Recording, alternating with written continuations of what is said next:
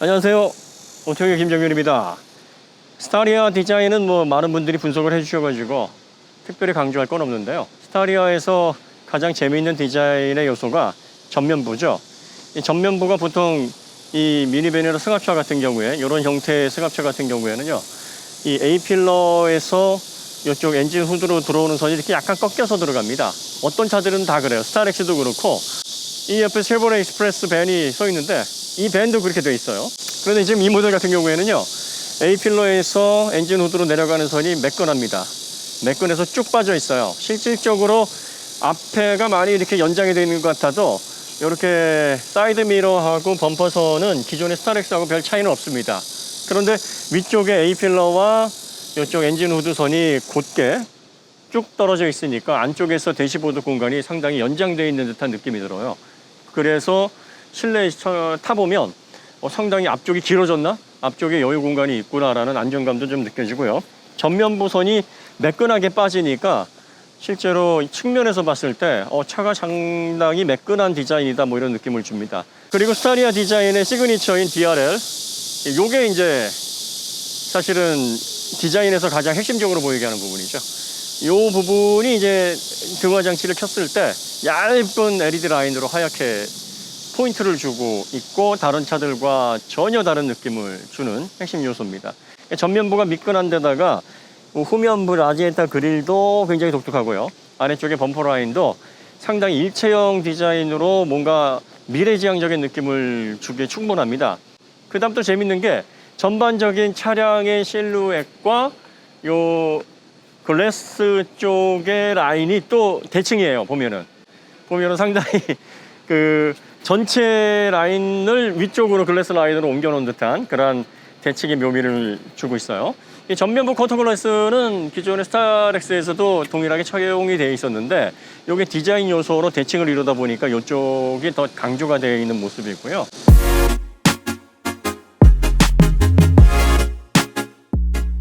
휠 디자인이 보기에는 괜찮은데 요거 별 나사 같다고 얘기하시는 분들 많이 계시는데 진짜 그렇게 생겼네요. 자, 그런데 개구율이 비율이 좀 낮아 보여요. 그래서 안쪽에 벤틸레이티드, 앞쪽 뒤쪽 다 벤틸레이티드인데 이 로터 브레이크 계통에 충분히 냉각을 할 수 있을 정도의 공기 흐름을 만들어 주는지 그게 약간은 조금 걱정이 되기는 합니다. 물론 눈으로 봐서는 정말 몰라요. 이 개구율은 실제적인 비율을 계산해봐야 하는 거기 때문에 아이오닉 5 같은 경우에는 개구율이 높을 거라고 했는데 낮았단 말이죠. 그럼 요거는 낮을 거라고 했는데 생각보다 높을 수도 있어요. 상용차의 특징상 110km까지밖에 속도를 내지 않고, 그 다음에 안쪽에 벤틸레이티드 방식으로 이제 브레이크 직경도, 로터 직경도 크게 썼으니까 아마 공학적으로는 별 문제가 없다 이렇게 계산이 나왔을 겁니다. 이걸 눈으로 보고서 개구율이 얼마쯤 돼 보이니까 이게 냉각에 문제가 있을 것 같습니다, 이렇게 내피셜로 얘기할 수는 없어요. 하지만 보여지는 시각적인 어떤 면으로서는 좀 그런 느낌이 좀 드는데, 그 다음에 이제 이게 총중량이 많이 나가는 모델이다 보니까 아무래도 이제 트랙션이 좋은 타이어가 기본으로 장착되면 좋을 것 같은데, 지금 타이어가 금호 타이어가 들어가 있어요. 포트란 KC53.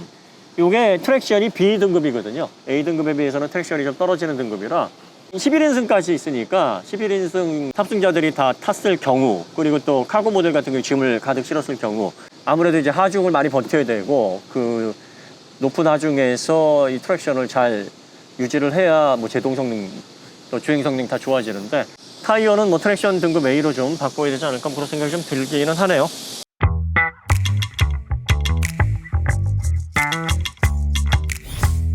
그다음에 그 후면 디자인도 굉장히 독특합니다. 후면 디자인은 그야말로 스퀘어해요. 그리고 상당히 이게 거대한 테일게이트가 거대한 판입니다.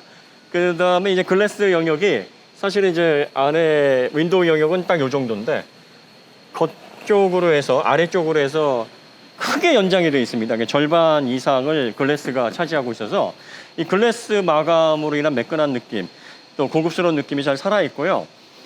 그 다음에 라운지 모델하고 달리 이 투어 모델 또 카고 모델 같은 경우에는 이 버티컬 테일 램프가 이렇게 끊어져 있어요. 위쪽까지 들어오질 않고, 그 다음에 턴 시그널이 아닌 전구 방식인데 글래스가 전반적으로 무게와 분위기를 잘 잡아줍니다. 고급스러운 느낌을 기본적으로 글래스가 마감으로 잡아주고 있어서 전반적으로 뒤에서 봤을 때 아유 이게 좀 저렴하게 돼 있고 전구가 뭐야 뭐 이런 식으로 싸구려 같은 느낌은 좀 덜 듭니다. 아무래도 그 전반적으로 이 버티컬 테일 램프가 위쪽으로 연장이 되고 턴 시그널 들어가 있는 것보다는 좀 덜 고급스러운데 겉으로 보기에는 뭐 그렇게 티가 나진 않아요. 그 다음에 이렇게 널찍한 판인데 이렇게 솔리드하게 널찍한 판 거의 스퀘어하게 잘라놓은 판인데도 조형미가 느껴지게 디자인을 했다는 건 역시 요 선과 면을 어떻게 다듬어야 되는지에 대한 고민이 많았다는 거죠. 어쨌든 이게 좋고 나쁨을 떠나서 밋밋해 보이진 않아요. 자, 그 다음에 이제 특징이 뭐냐면 테일 램프를 열었을 때 이 테일 게이트가 생각보다 이렇게 적당히 있으면 이렇게 맞을 수 있어요. 그러니까 한참 떨어져 있어야 됩니다. 자, 이렇게 테일 게이트가 넓게 되면은 좁은 공간에서 테일 게이트를 열고 닫을 때 조금 어려움이 있게 되죠. 근데 보통 상용차 같은 경우에는 하역장 같은 데서도 많이 이용을 하기 때문에 영업용으로 이용하는 데는 별 문제가 없는데 이걸 만약에 승용으로 이용하게 되면 지하 주차장이나 좁은 아파트 주차장에서는 이 테일 게이트를 사용하는데 조금 어려움이 있을 것 같기도 합니다. 반면에 어디 이렇게 뭐 놀러 가가지고 캐노피 대신으로 이렇게 쓰는 거 좋아요. 낚시터 가가지고 낚싯대 들이우고 위에 이렇게 캐노피 형태로 해서 이 밑에서 뭔가를 즐길 수 있기에는 아주 최적입니다. 그런 용도로 이렇게 크게 테일게이트를 설계를 한 게 아닌가 싶기도 하고요. 그 다음에 비 오는 날 이렇게 열어두고서 비 오는 거 감상하기에도 참 좋습니다. 자, 그 다음에 요 턱이 굉장히 낮아요. 보시면은 거의 무릎 정도 높이고요. 여기가 짐을 싣고 내리기가 좋게 경사가 져 있습니다. 그래서 무거운 짐을 밀어넣기가 좋아요. 또 무거운 짐을 빼기가 좋습니다. 이런 것들은 짐을 싣고 내릴 수 있는 편의성이 굉장히 잘 고려가 돼야 되는데 그러한 부분에 있어서는 잘 설계가 돼 있고요. 또 아무래도 적재량을 높이기 위해서 이렇게 네모 반듯하게 설계를 해야 되는데 이렇게 네모 반듯하게 설계가 돼 있고 또 이런 밋밋한 면의 테일게이트 치고는 상당히 보기에도 고급스러운 느낌도 적당히 살아있고 조용감도 좀 있으면서 기능성도 있어요. 대신 이제 이게 너무 크니까 열고 닫는데 공간적인 제약이 따르고 그 다음에 처음에 이제 이 차를 처음 접하는 사람이 테일게이트 잘못 열었다가 이렇게 딱 부딪히거나 물론 사람하고 이게 신체가 부딪히게 되면 이게 센서가 있어서 자동으로 멈춥니다. 그렇기 때문에 예를 들어서 이제 이렇게 되는 거예요. 이게 닫혔는데 사람이 있어요. 그래가지고 꽁 하면은 다시 이렇게 열립니다. 네. 이러니까 뭐 크게 상관은 없어요. 그 다음에 또 닫히고 열리다가 부딪혔어요. 그럼 다시 내려갑니다. 그러니까 뭐 어퍼컷을 맞거나 그러진 않아요. 구조상으로. 그렇게 뭐 걱정을 하진 않으셔도 되는데 또 장애물의 턱이라든지 낮은 루프에 이렇게 걸리게 되면은 센서가 알아서 내려가고 뭐 이런 식으로 작동을 합니다.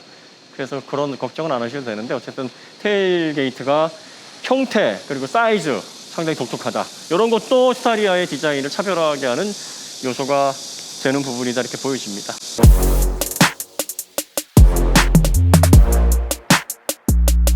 디자인의 좋고 나쁨, 호불호를 떠나서 이 스타리아 디자인에서 제가 주목을 하는 건 사실 이 미니밴 같은 경우에는 이제 박스 형태잖아요. 박스 형태에서 제 아무리 형태를 다듬고 어떤 독특한 이미지를 준다고 해서 스타리아와 같은 이런 특이한 형태의 주목받을 수 있는 디자인이 나올 수 있는 확률이 얼마나 될까 생각을 해보면 어쨌든 디자이너가 엄청난 고민을 했고 또 이런 한정적으로 세단이나 뭐 쿠페나 그 외의 자동차 영역하고는 달리 바꿀 수 있는 디자인 요소가 많지 않고 또 조용할 수 있는 부분들이 그렇게 다양하지 않음에도 불구하고 누가 봐도 이런 차들이 전에 있었나?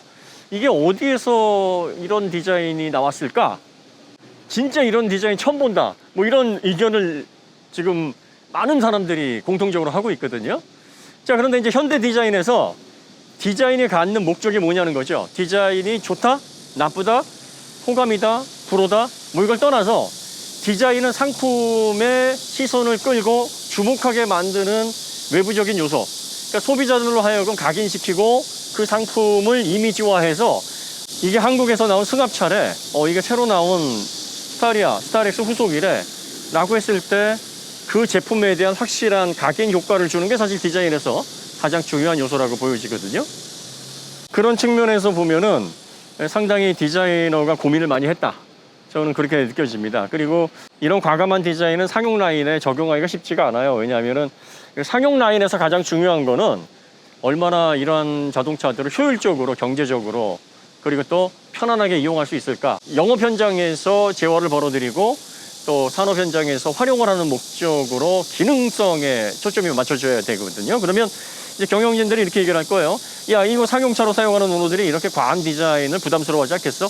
이렇게 상용차가 이렇게 시선을 끌고 이런 식으로 과감한 디자인이 적용될 이유가 뭔데? 이가 제기될 가능성이 높거든요. 예전 같았으면 현대가 아마 기획 단계에서 야, 관도 나중에 뭐 CES 같은 데서 미래 전기차 승합차 하면은 이거 그냥 컨셉트카로 해가지고 대충 그때 출품하고 이런 차들은 나중에 해. 지금은 누가 봐도 이건 상용차구나. 누가 봐도 이건 경제적이겠구나. 누가 봐도 효율적이고 편안하겠구나. 그런 디자인으로 좀 바꿔라고 아마 압력을 가했을 텐데. 그런데 지금의 현대는 초창기 컨셉트카에서 이게 양산 버전으로 나올 때까지의 형태를 보면은 경영진에서 그래 한번 의도대로 한번 해봐. 이 그린 형상대로 이미지대로 한번 가봐. 해서 전폭적인 지지를 해서 이걸 양산화 시켰다는 거예요. 자, 이거는 지금까지 경직되고 수직 구조로 상당히 강압적인 분위기라고 알려져 있던 현대에서 상당 부분 많은 변화가 이루어지고 있다는 걸 단적으로 증명하는 거죠. 그리고 제가 여기에서 기대감을 갖는 건 상용차 라인에서도 매우 포멀하고 노멀한 그리고 경제성을 기반으로 해야 되는 상용차들이 이렇게 과감하게 나온다 그러면 정말 미래지향적이고 디자인이 강조되어 있고 고급스러움이 강조되어 있는 프리미엄 영역이나 스포츠 영역에서의 앞으로 현대 디자인이 얼마나 과감해질 것인가, 그 부분에 초점을 갖게 되는 겁니다. 그래서 여러분들이 스타리아 디자인의 의미는 그런 부분에서 찾으면 좋을 것 같아요. 그 다음에 또 한 가지 이제 스타리아를 보면서 조금 긍정적인 생각이 들었던 게 뭐냐면 지금까지 이게 대한민국에서 나온 자동차야, 대한민국을 대표하는 상용차야, 뭐 이렇게 그 외국인들에게 자랑할 만한 차들이 사실 몇 종 없었잖아요. 그런데 이 스타리아는 야, 이거 어디서 만든 차인 줄 알아? 제가 아는 외국인들에게 그런 얘기 많이 건넵니다. 그러면 어디서 나왔어? 모르겠는데 이렇게 얘기를 해요. 그러면 이제 제가 이거 현대에서 만든 거야. 그러면 그 외국인들이 이렇게 얘기를 합니다. 현대? 하현다이 이렇게 놀래요. 이게 무슨 얘기냐면 현대가 이런 디자인의 상용차를 만드는 그런 브랜드였나라는 그 선입견과 실제 이 비주얼이 충돌하면서 느끼는 약간의 충격, 뭐 이런 걸 느끼는 것 같습니다. 그러니까 앞으로 이런 과감한 터치를 호불호를 떠나서 계속 만들어줬으면 좋겠어요. 꼭 소비자들로부터 다수로부터 이거 좋은 디자인이다, 훌륭한 디자인이다 이런 거 인정받기보다는 야, 진짜 이거 처음 보는 디자인인데 이런 차도 있나? 이런 형태도 있었나? 뭐 이런 느낌을 주는 디자인, 저는 굉장히 긍정적이라고 봅니다.